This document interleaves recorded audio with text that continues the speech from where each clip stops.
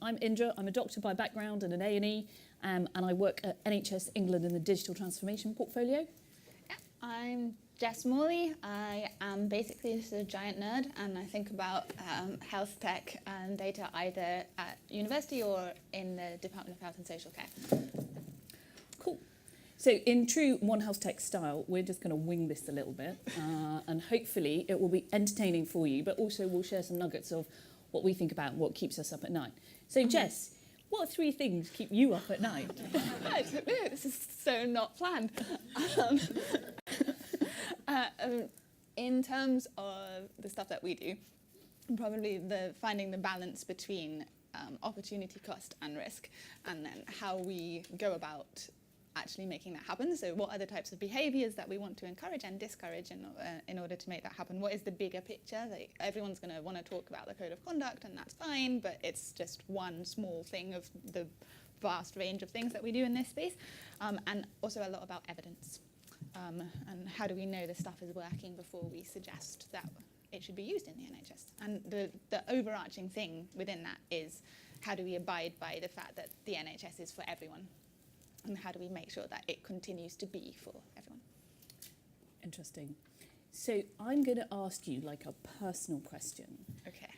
How happy are you in your job? Oh, that's deep. We're going straight in. You know, people have eaten their lunch. We all know postprandial sleepiness is quite high. How happy I am in my job depends on the day that you ask me. Okay. So it's Monday. Since it's Monday. Monday. At the moment, I'm quite happy with my job. Like, I think we do interesting stuff. I get to think about cool things. I like working with you, obviously, wifey. But it's difficult sometimes in that, because of this other thing that I think about, sometimes it's hard to translate everything that I want to happen into policy space, and sometimes the difference between those 2 levels is quite big, and I feel it quite personally if I think that that's not happening, and I also think that sometimes I'm not the world's most resilient person. Like, you've known me for a while, you worked with me for a long time. I am an obsessive compulsive perfectionist. If the tiniest thing goes like wrong, it will have a massive impact on me. So when we've had things with the code that have gone up and down, when it goes off the rails a bit, then that can have quite a dramatic impact, I think, on how I feel about my job. And that's normally when I text you and I'm like, what are we doing? We do have a lot of text conversations. So for those of you who don't know us that well, it might be worth just explaining a little bit about how we met, how our relationship developed, and where we are now, where we see the future. Some of you might have heard a little bit about NHSX. Live streaming it, hope you've got the X in. So we could tell you just a tiny little bit about what we know that we can share with you. So Jess, tell me a little bit about our early relationship, so the audience can understand how we first met. Okay.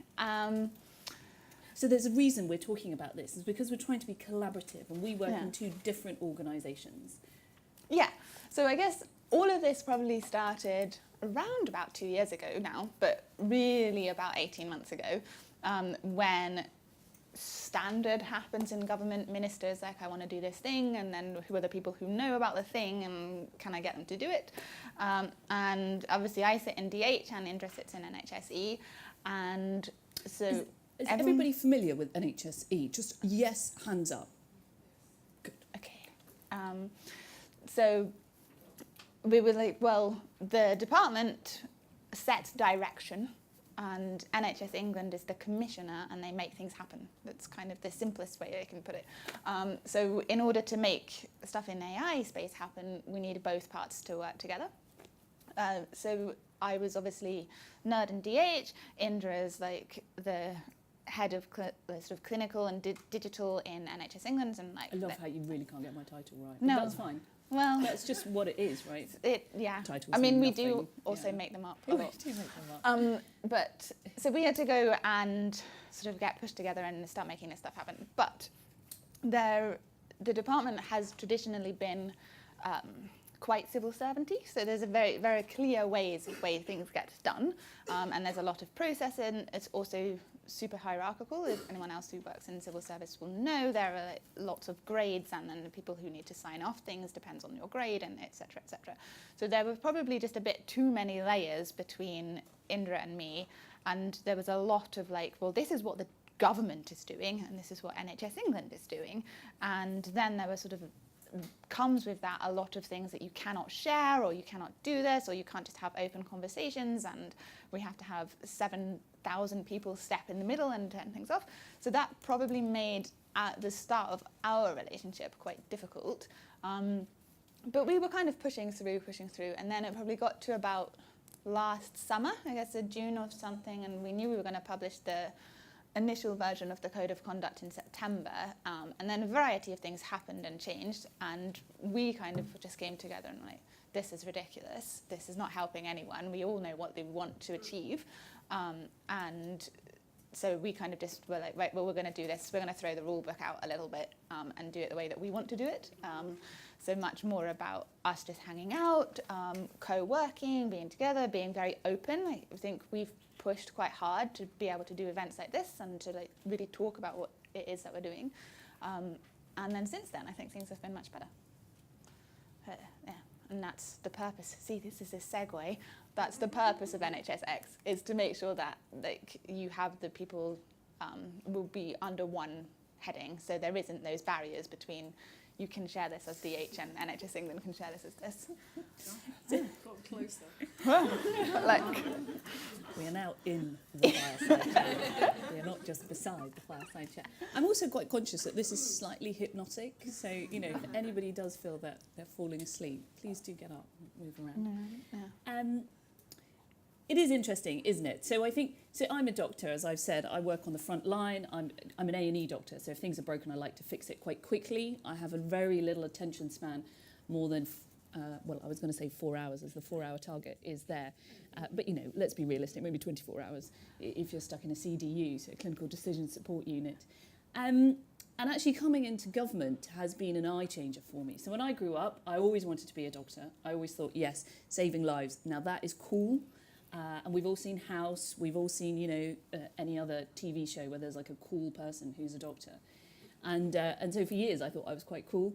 And then I came here into this job, and my dad said, Indra, what is it that you do? Now, my dad's a very traditional doctor, you know, first generation immigrant, came over from India, he's trained, he's an ENT, so ear, nose and throat specialist. And when I said, oh, Dad, I got this job at NHS England, he was like, who? And I was like, don't you know about them, Dad? You know, you've been in the NHS for like over 30 years. And my dad was like, never heard of them. Is this government? I was like, well, sort of. It's what we call an arm's length body. And he was like, oh, okay.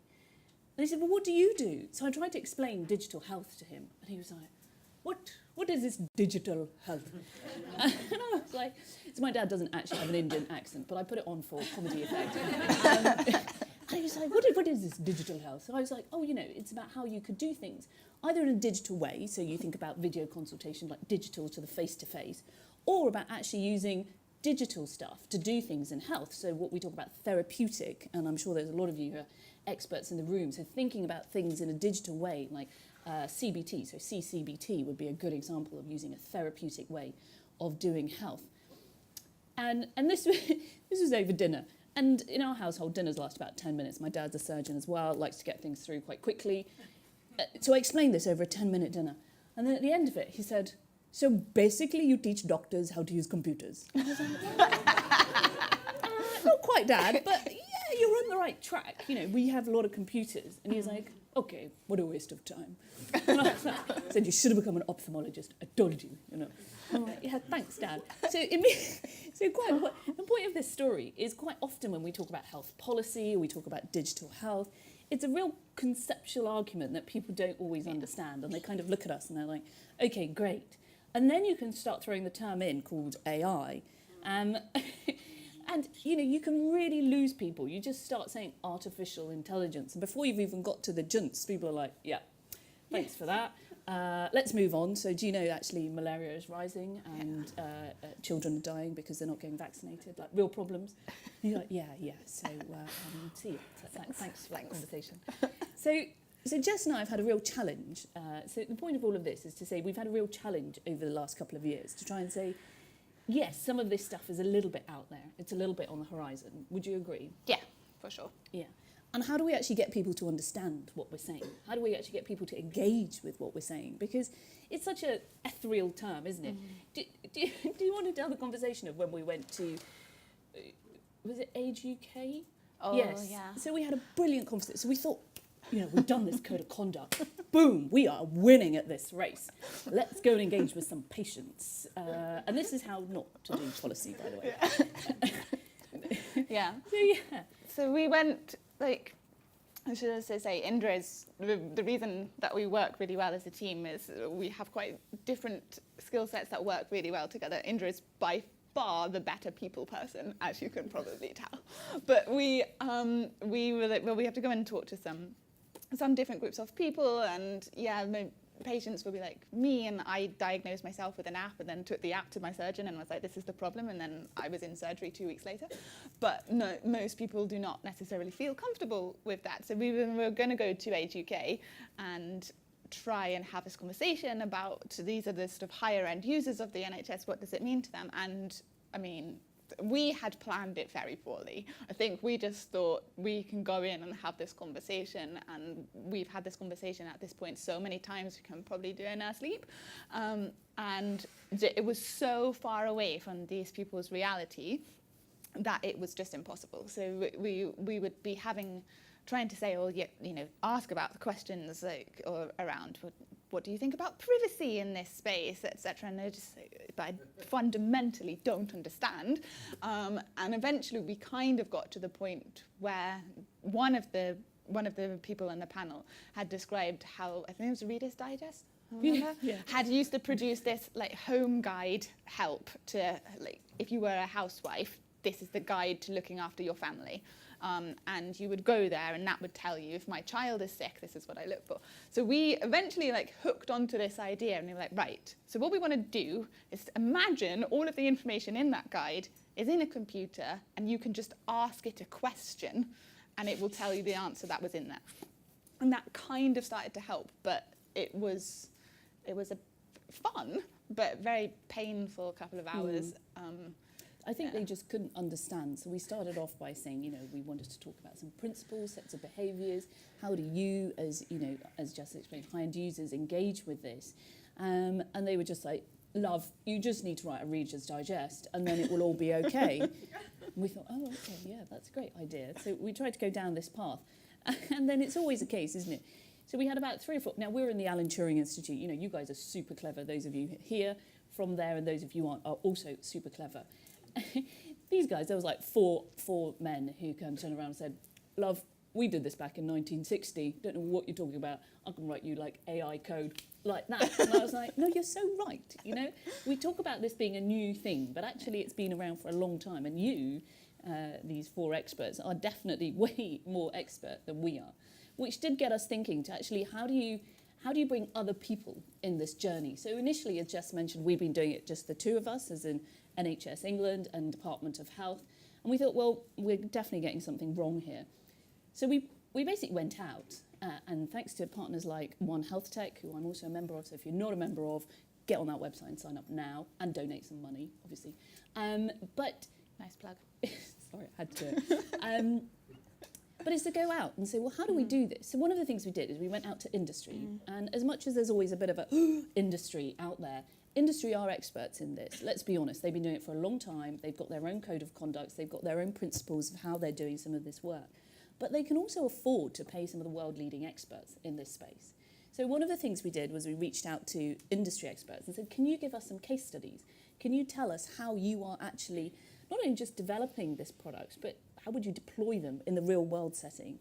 And then the other thing we did was go out to academics and innovators out there. So the Academic Institute here, I was going to say the One Turing Institute, but it's the Alan Turing Institute. And we said to them, so data ethics, it's definitely not my forte. I'm a doctor, I can put a central line in, but if you ask me to read a book on data ethics, I might fall asleep. I don't. I do read it. I'm very good. I'm a good student. But you've got to ask the experts, and you've got to have the humility to say, I'm not the expert, or we as an organisation might not be the expert. So we've partnered up with as many people as we can, and we've turned to these guys to say, can you help us with some of this stuff in data ethics? Can you help us in some of this stuff called explainability? Can you help us in IG? Because again, these are all things that it's great to develop great technology in the world of AI or data-driven tech.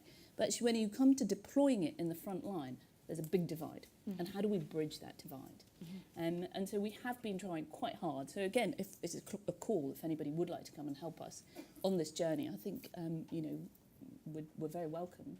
Yeah, absolutely. I think that's also potentially why one of the things that was making people maybe slightly uncomfortable when we first started doing all of this was we are going to put out a document that is effectively a draft. We're going to reiterate it every 6 months or so, precisely because we don't know all the answers, and we also need to make sure that things are right. And particularly in this space, when you're effectively trying to regulate much more emerging types of technologies, and you might have a desire to make innovation happen, but we also have a really strong sort of necessity to protect the people that this is having an impact on.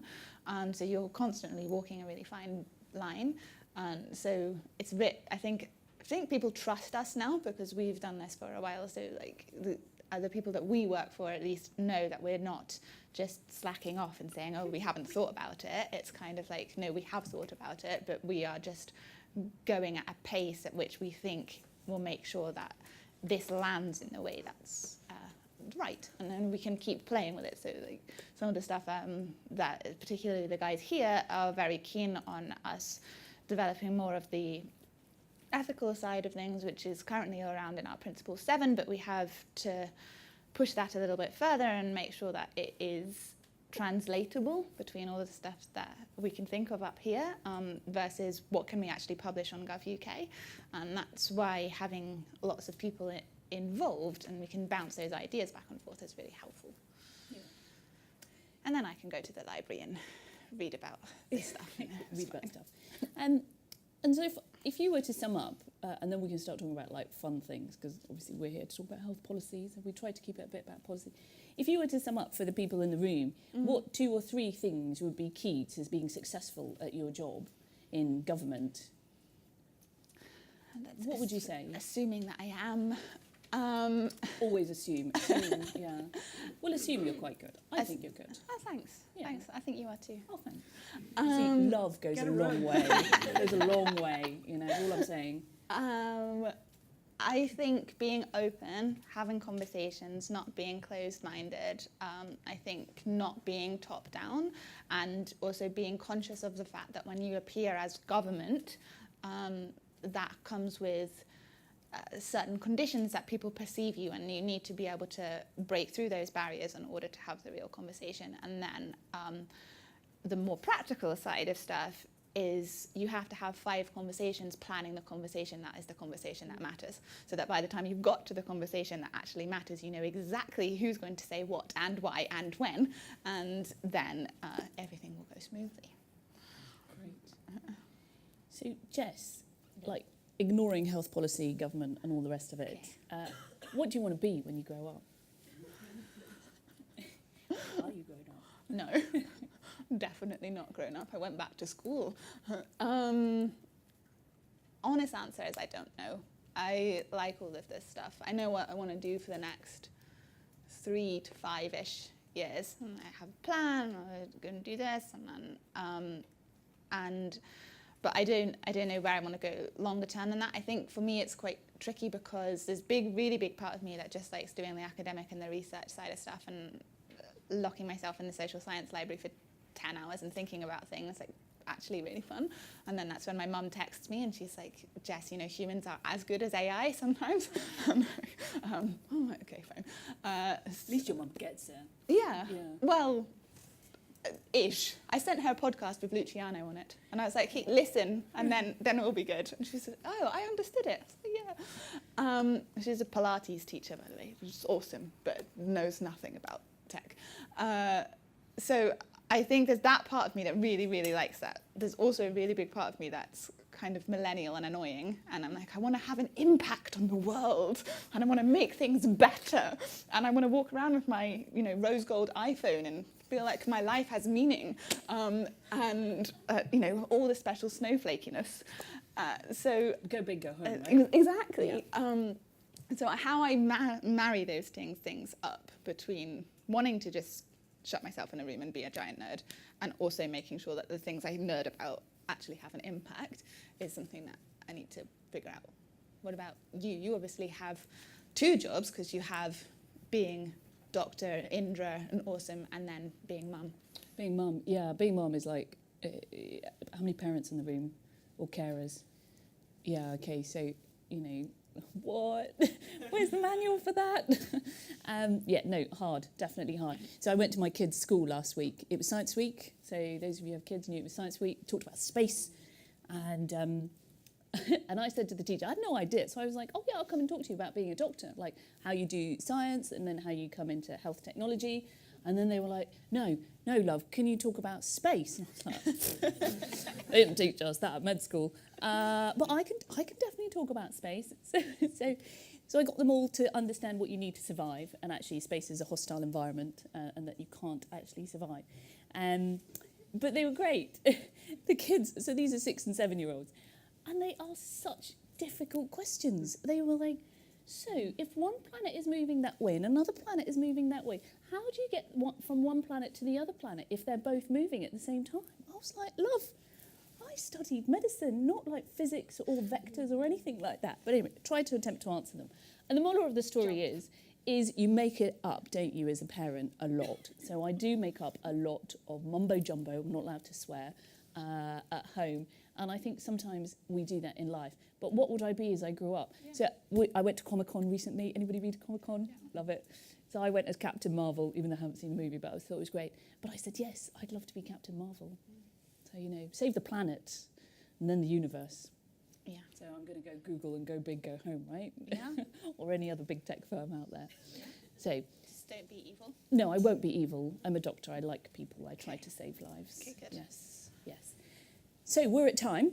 Maxine is we're gonna hand over to her. Thank you for listening to us. Yes, first of all, get a round of applause for these 2 people. Thank you. So now we have a half hour for you to ask any question, not any questions, but ideally keeping it within the theme of making health policy within the tech space. But questions about Comic-Con would also be fine as well. So please, pop your hand up. When you ask a question, please make sure that you say your name and where you're from, just because it's friendlier, isn't it? So can we have any questions to start off with about the code of conduct, NHSX, how this is working across the 2 divisions? Any questions? Stunned. Oh, good. Great, thank you. And unfortunately for everyone here, we've got a catch box, which does mean that you're going to have to throw the box to the next person who asks a question, and you will be judged publicly based on the quality of your throw. But you've done very well as the first person, so well done you. Is this my... Oh, my God. Whoa. Oh, yeah, what was I supposed to say? Your name and where you're from. Oh, Adrian from Croydon? Love it, Adrian. British Heart Foundation. Oh, okay. Oh, okay, British Heart Foundation. Right.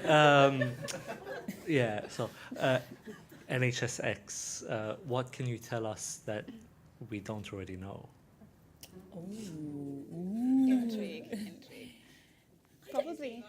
Yeah, I don't think there's much more we can tell you that you probably don't already know. But I think the ethos of what NHSX is trying to do is to say, in the digital world, it's hard. All of those who have tried to get into the NHS understand that it can be quite challenging. And some of those is because of some of our processes internally. So by creating a unified unit, can we try and overcome some of those processes? And let's see whether it works. April is when we're all joining forces. April the 8th, I think, is when. There we go. There was a bit of cheating there. Good close throw. There's going to be like a parcel effect. Yeah, well, it's all going to go well then. Hi, I'm Josephine. Oh, I still have a cold, and sorry, it sounds nasal. So my name's Josephine, and I am actually also a clinician. I'm an ITU nurse and a practicing midwife at Homerton, and I also work at NHS Digital. And geographically from Homerton, well, Australia, Adelaide, but yeah. And my question, I have two parts to it actually. So when is the code of conduct? Has it been officially launched? It has, yeah. Great. And So it was February the 19th. February Yeah. 19th. Okay, super. And who did you speak to? Could you tell me a little bit about who you worked with to do? Who are there other kind of organisations in the world who are kind of preeminent in that kind of area and kind of leading lights? So we kind of have, that's a really good question. So the code is live. It is version 1. We had initial version that was out in September, and now we have version 1, and then there will probably be version 2. It should be September, but I'm not really allowed to commit to September because there are various things happening in government. Don't know what, but there are things that are happening. So, but yeah, just not that obvious, no. No. So we're continuing to work on it, specifically principles 7 and 10. In terms of who, 7 is the one that is basically it's like maths GCSE, show you're working. What have you developed and why? What's the ethical implications? And principle 10 is to define your commercial strategy. So we sort of do that. In terms of who did we collaborate with and who did we work with, I mean, that it's probably easier to talk about categories in terms of individual companies and people because the numbers were huge. So there were about 3 weeks when I was really, really terrified because we got delayed publishing the second version of it. And I think at that point, something close to 160 people had a copy of it and it was not live, which was all fine, all working with us, but I was just a bit like, so categories in industry, so in there you would have all of your big players, your DeepMinds and Babylons and IBMs and Microsofts, etc. But we also try and work much more with smaller SMEs because we obviously need to make sure that whatever we're doing is not just favouring one type of company. Research charities, charities and research and academia, and then people-facing organisations. So that's either through charities who work with people, so people like the Cystic Fibrosis Trust were quite involved, but then also organisations like Understanding Patient Data, who have those sort of conversations around how do you talk with the public about what does this actually mean. We've had this conversation before. I think it's difficult as government to say to people, I am as the government, what do you want me to do as government with your data? So sometimes having those intermediaries is really helpful. And then the sort of last piece of the puzzle would be our other parts of the system. Sometimes I think people think that the NHS is like a monolith, but really, you'll know, but for others who don't, it's really like a brand that gets put on a lot of different places. And so we were trying to, talk with people who are at every scale. So whether that be somebody who's in a GP in a local regional area, as a manager of a trust, to commissioners or our regulators. Have I missed any groups off? up top as well. So you if you think of a bubble, you go around, you go down, and then you go up top as well. So we try to do engaging with other government departments as well, like the Office of AI, for Office of example. AI, DCMS space, people, yeah. Oh, good work. It's amazing. Thank you. So you've got a question laterally. Okay. No passing. Must be No thrown. passing? Must be thrown. That was well done. Way. Hello. Hello, Kenji Takeda from Microsoft Research. If you could summon a superhero who could accelerate the ethical and good use of AI in the NHS, what would their superpowers be and what would they be called? That is a sensational knitting together of two very unrelated answers and questions. Oh my God. So as you were talking, Genji, do you know who I thought of Magneto in my head, and then you asked me to come up with a new superhero. So I'm going to wait for Jess to come up with a new one, but I would say Magneto because he pulls everybody together and he makes them, he makes them not do bad things, but do good things. He makes them do bad things, but we would make him do good things, and put everybody together to properly solve this and not just go, yeah, I've got this thing that I'm kind of dabbling in, but actually let's get this right. So Magneto being good. Okay, Okay, I don't necessarily have a name, although I have decided today, Maxine and I were talking, that I should go into branding, because I said NHSX was user experience, and now it is user experience. I didn't name it, I just thought of it at the same time. But now I feel like I should go into branding. But in terms of superhero, two superhero powers. One would be not needing to sleep.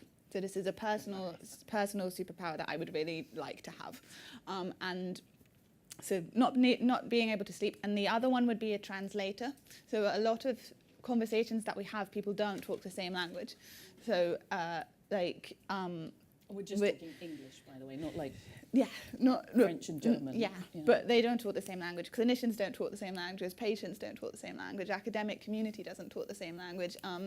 And that's really hard when you're trying to do something that is already conceptual, to then have to translate it through multiple layers. So was joking with some people from here the other day, I know when somebody from the Turing turns around to me and says, yes, but at the moment the code gives no influence of deontic egalitarian justice. And I'm like, okay, yes, vaguely understand what you mean, but that's not something I can publish on Gov UK when we have to meet plain English standards.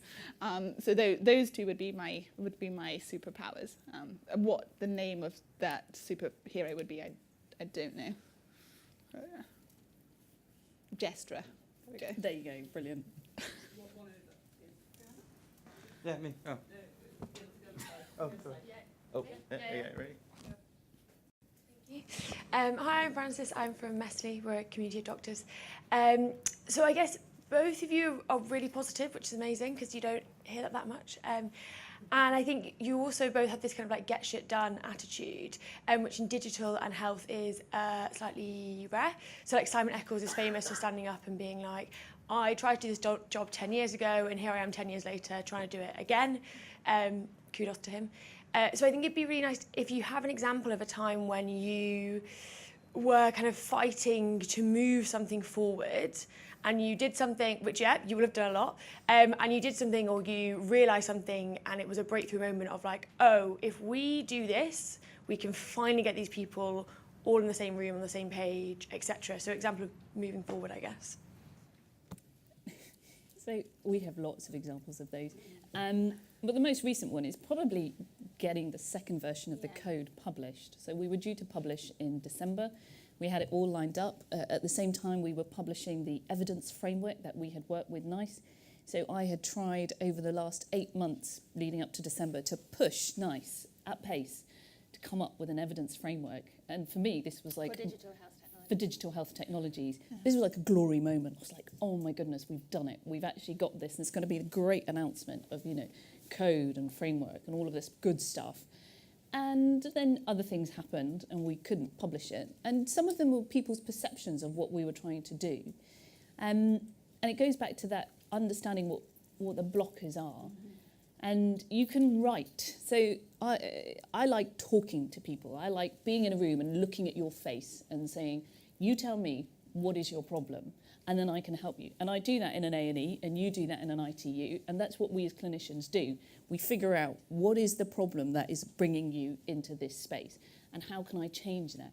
And it didn't matter how many emails or submissions or whatever it was we wrote in flat email, we weren't getting the message across. It was obvious. And it took us about 2 months to finally get a meeting with the right types of people who were the blockers, and just be like, why are you being like this? We're not mean. We're nice. Look at our faces. We're nice people. We genuinely are trying to help here. Why are you being a whatever? Indra's being very nice. I cried in the middle of this situation. A lot of tears. A lot of, don't quit your job. You're really good. Don't. But you get to that situation, and you get that in any industry. It doesn't matter where you are. I mean, health policy is one, government is one. But we've all been in that situation where we just want to quit our job because we can't get the job done, and you're not doing it in a malicious way. But actually, by sitting with these people and just going, does this satisfy you in a verbal, communicative way? Actually, 3 seconds, they were like, oh yeah, well, nobody told us that way. And we were like, well, next time we'll start that way, shall we? Versus sending you 8 documents and 4 submissions. So get people in a room, talk to them, hold their hand, look them in the eye. Yeah. Don't hold their hand if it's a bit weird. Yeah. Yeah, some of the people in that room would have been a bit odd, but yeah. Hello, Mustafa from Hitachi. Geographically? London, soon to be Manchester. So, what was I going? Oh yeah, Doctor Strange from the Marvel comic books. Loving the superhero thing there. He can look into the future and see all the different possibilities and see which ones work. So the perfect path to find out. For 5 and 10 years, if you could see into the future, what is your goal and how do you get there? Crikey. Do you want me to go? You Go on asked the then. last one. So I'm going to be really annoying and say, like, I don't think we're the people to determine that. I think that... So I think there are several planets that we could land on, right? We could land on Mars, we can land on Venus, we could land on Saturn. What we need to do is have conversations about which of those planets that we want to land on and what do we want those planets to look like when we get there. And we need to have those conversations, and then Indra and I can build the spaceship that will take us to those places. I think in 5 years' time, to be really brutally honest, we just have got to have got the basics right. Things need to talk to each other. Data sets need to be interoperable. We need to have an agreed standard of what it is that we're talking about and what it means to people, and what are the what are the impacts that it's going to have had on their lives that we want and that we want to avoid. I think that's where we need to get in 5 years, and think from then we can project out and say, right, once we've got those really solid foundations, what do we want it to look like in 10 years' time? And for me, the biggest thing would be, how have we removed friction from the system where it shouldn't be there? So I always think this is really nice, anyone who's read Dr. Robert Wachters' The Digital Doctor book, there's a really nice chapter in there where he has 2 images. One is from like the 17th century, and it's this witch doctor looking over the patient, and then juxtaposed is this person who's got clinician is there looking at a computer screen, and the patient is over on the bed and they're not looking at each other. For me, if we went to 10 years out, I would want those pictures to have been reversed, so that the human-to-human conversation is happening, because we have managed to automate all of the stuff that should be automated and frictionless that's happening in the background, and we've created the right ecosystem in order to enable that to happen. That is such an eloquent answer. In my head, I was just thinking, what superpower could you give me in 10 years' time that I could definitely solve the world? And I can't remember the name of the movie, but you know when he kind of like opens this thing and there's like this virtual screen. Tom Cruise, robot, yes, Minority Report. I'd love to be able to be like that. So I could open it and I could be like, well, this person's going to come into my A&E, so actually I'm going to send somebody out to them before they even like do whatever thing they were going to do. But that's not going to happen in 10 years' time. That's my dream. Very good. Anyone want to continue extending this metaphor? So I'm really sorry. There's a gentleman at that end of the room. It's a long one. It's a long one. There is a camera in the middle, so... our AV man is getting nervous. You're allowed one hop. This lady here is going to be the intermediate hop catcher. There we go. Whoa. Collaboration. This gentleman over here in the black T-shirt. There we go, working together. How good is that? Teamwork. Thanks very much. My name's Dan. I'm an academic, but I'll try not to say deontology. So actually that's a great reference to the Minority Report, because it really captivates, in some sense, some of the issues that are more or less rooted in the technologies of AI, such as preemption, and the questions around the real social impacts of these technologies, which I would like to ask you guys, where you think in the current healthcare scene there is the most concentration of informed critique of AI triumphalism. Because, I mean, it's all very well being positive, but, it's very much a single-sided story, everything I've heard in here today. There's no real consideration of the in-depth social impacts these things are probably going to have. I'm assuming that's out there in the larger picture. Can you tell me where I'd be most likely to find it? I guess this is partly what I was saying about the the bigger picture of what it is that we are trying to do, and in terms of creating an ecosystem. So there is things that we talk to people. One of the big things is the NHS Advisory Board group that has just been set up here as a subgroup of the data ethics group to help us think those things through. We have worked with the Wellcome Trust and also a company they're called, or a group they're called at Future Advocacy, who do a lot of thinking in this space. It's then also what I study, so I have that. In terms of and Centre for Data Ethics and Innovation as well, and the Office for AI, all very heavily involved in looking at this space.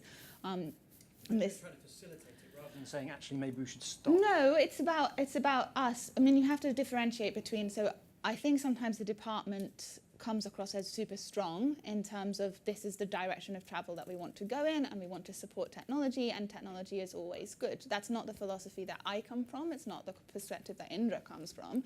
We come from the place that that this is about meeting supply and demand. So we need to understand what it is the problems that people are facing on the ground, what technologies have we got that we can meet those problems. But there's also big things that we need to think about, like particularly how do we make sure that we don't invisibilize people in the system. So, you know, there are people who don't generate data on themselves. There are people who don't want to do that, and they should never feel like they have to. That should never be the environment in which they are forced to be in. So we need to be cognizant of that. So I think, yes, it's all very well and being good, and I think we should be positive, because I genuinely believe that this stuff can have huge potential, like massive benefits for people, and we shouldn't be scared of that. But I think we should be mindful of what the potential issues are, make sure that we're talking to people, making sure that we don't run before we can walk, which is why I'm saying that we have got to have got the basics right. And in particular, we need to have had those conversations with the whole of society about what do we want this future to look like before we start running. I think sometimes the sort of political nature of what we're doing makes it seem as though that thinking isn't going on, but it very much is, in terms of, at least we're trying to make sure it is. Yeah. And also this is a system-wide approach, isn't it? I mean, we're here talking about health tech, AI policy, but, you know, transformational change across any system, be it health or not, requires a system-wide approach. It's not just about the technology, it's about the people, it's about implementation, it's about the rules of the game. And that is happening across the NHS. I mean, just a quick follow-up. I think one thing that I get out of your answer, at least from yours, Jess, is the recognition that it is actually a political issue, and not just an ethical issue. Yeah, absolutely. An issue of social politics. Yeah, it's a complete thing, and I think there are several steps involved in that chain. There is what is the problem, there is the technology, but the biggest thing is what is the impact. And so this is why I actually think we should be shifting towards having outcomes-based conversations in this space, as opposed to tech-based conversations in this space. Because if we're in the future that I was describing in 10 years' time, that future should be completely technologically agnostic. I don't care what happened, what technologies got us there. I care that the outcomes mattered, and the outcomes are what people had. So to come to the question over here in terms of what are the challenges that we face in terms of bringing people along on the journey, that's really our job, is to make sure that we are having those sort of conversations to make sure that that is the narrative that comes out. People are aware. So we've got a question down here. We use our wonderful intermediary catch box. I've now labelled you with that title. So perfect. And then laterally over here. That was a good netball throw, in my opinion. That was a good netball. Hi there. I guess I'm representing maybe a supervillain or something like that. I'm Jonathan. I'm from here, more or less, and from this working group, the NHS working group. This all sounds very rational, and it all sounds kind of like when you start doing AI, for example, you have these kind of rule-driven systems, and then you get to machine learning with maybe one hidden layer. Then there are a whole bunch of hidden layers, and there are these. But what about the kind of thinking which is the don't get it right, get it done kind of thinking? You know, you do stuff, it probably doesn't work, people react to it badly in ways that you don't understand. And then in trying to understand them, you actually learn something. So if you had like NHS guidelines, failure to follow the guidelines constitutes an experiment and teaches you something. Following the guideline probably just teaches you statistical stuff. So is there space, is it possible, either within NHSX or more squarely within government, for messing around to see what happens?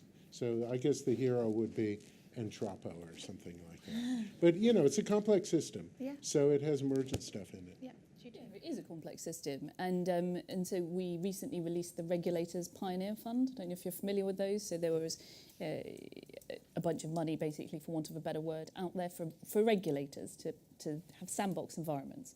So we are creating sandbox environments. MHRA have partnered with NHS Digital to allow that kind of thinking environment in a safe space, in a closed space, to say, okay, try what you want. And the CQC, those who aren't familiar, so they are the regulators who look at services. They are also looking at, because this isn't just about the technology, it's also about the people who look and use the technology. So how do you create much more intelligent commissioners, but also much more intelligent inspectors? So they understand it's okay to fail, but was that a good failure? Because if it's a bad failure, let's learn from it, but let's not penalise a good failure. So we have that all the time in medicine. I mean, you know, I've had people die on me. I'm sure a lot of clinicians in the room will have people who have died on them. But if, and I'm not saying any death is a good death, but if you have done all the right things and yet the inevitable happen, learn from that. Don't penalise it.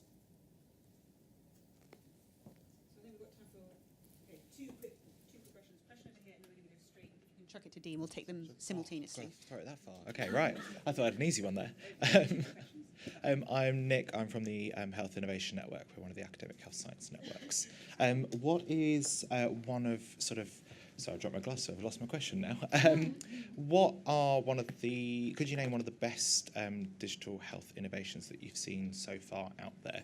Because say what you guys are doing at the moment is amazing, and we're sort of great supporters as part of the HSNs. So it's great to hear what's going on, and obviously we'd love to continue to be part of that, but it'd be great to hear what's the one best innovation. Oh. That's such an unfair question, isn't it? It's like asking somebody, which child do you love the most? I could never answer that question. I love both my children equally. Although, But she's the social media star. So we're just going to take these questions. yeah. Thank you. So I was late, so sorry if I missed this in the main body of the session. But what role will NHSX play in taking learnings from across all the different initiatives like test beds, industrial strategy centres, et cetera, and is there a role for people that are involved across projects like that to bring out the learnings and bring them to you? Oh, I'm Dee and I'm from Chiron Medical. Should I go and anyone go? Yeah. Okay. Yeah. Go for it. Just. I'm thinking about my innovation stuff. Okay. You think? I didn't really hear your question, Dean. Okay. So which is the innovation that stands out? So for me, anything that has a really specific, identifiable need is where things stand out. I really dislike it when I think a tech has just been made for the point of it. Sometimes that's good. Sometimes we have to have experimentation. Like we can't fall into the sort of the Ford problem of I don't want a car. I want a faster horse. There is a need to allow flexibility. But so for me, I have endometriosis, is a very horrendous thing that most people know about because of Lena Dunham. It's really hard to diagnose. It currently takes like 10 years on average, 7 to 10 years to diagnose because it's a whole systems-wide illness. There is a group in the States who have developed an app that allows you to record all of your symptoms, what time of day, when they're happening, what your impact is on your mood, like a whole wide, systems-wide thing. The idea being that it's like citizen science in the health space using a digital technology in order to drive better outcomes for the people who suffer with endo. So for me, that's a really clear example of where digital can work as the intermediary between those groups of people, and that's what makes it stand out for me. in terms of the role that NHSX can have, I think NHSX will really be, because we can have a little bit more flexibility in the way that NHSX will operate, and we've got a lot of people who are, we have an opportunity to build the culture from the ground up, which is not something that you really ever get inside the NHS or inside government, and that's really exciting. The benefit that comes with that is you've got a lot of people like me, like Indra, but also people higher up, Hadley Beeman and Terence Eden, who come from they're like born and bred of the internet, and that culture of openness, of discussion, of let's try things, let's listen to people who've got good ideas.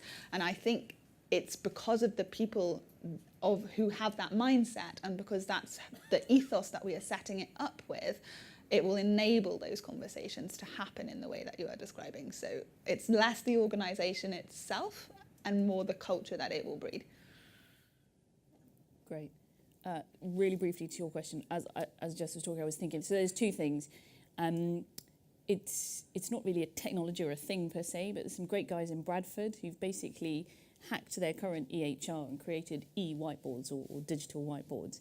And the way they've done it on like a shoestring budget. They've done it in their lunch hour, and they have revolutionised the way patients flow through that hospital in the acute setting, not in the planned setting, but in the acute setting. And they've done it by winning over every single ward sister. So those of you who've ever worked on a ward, know actually they run wards. I'm terrified of my matron, but so getting in under there. And the other thing that sprung to mind was the underdog and thinking about things differently. So in India, they released it was in a couple of states where the people couldn't get to the doctor.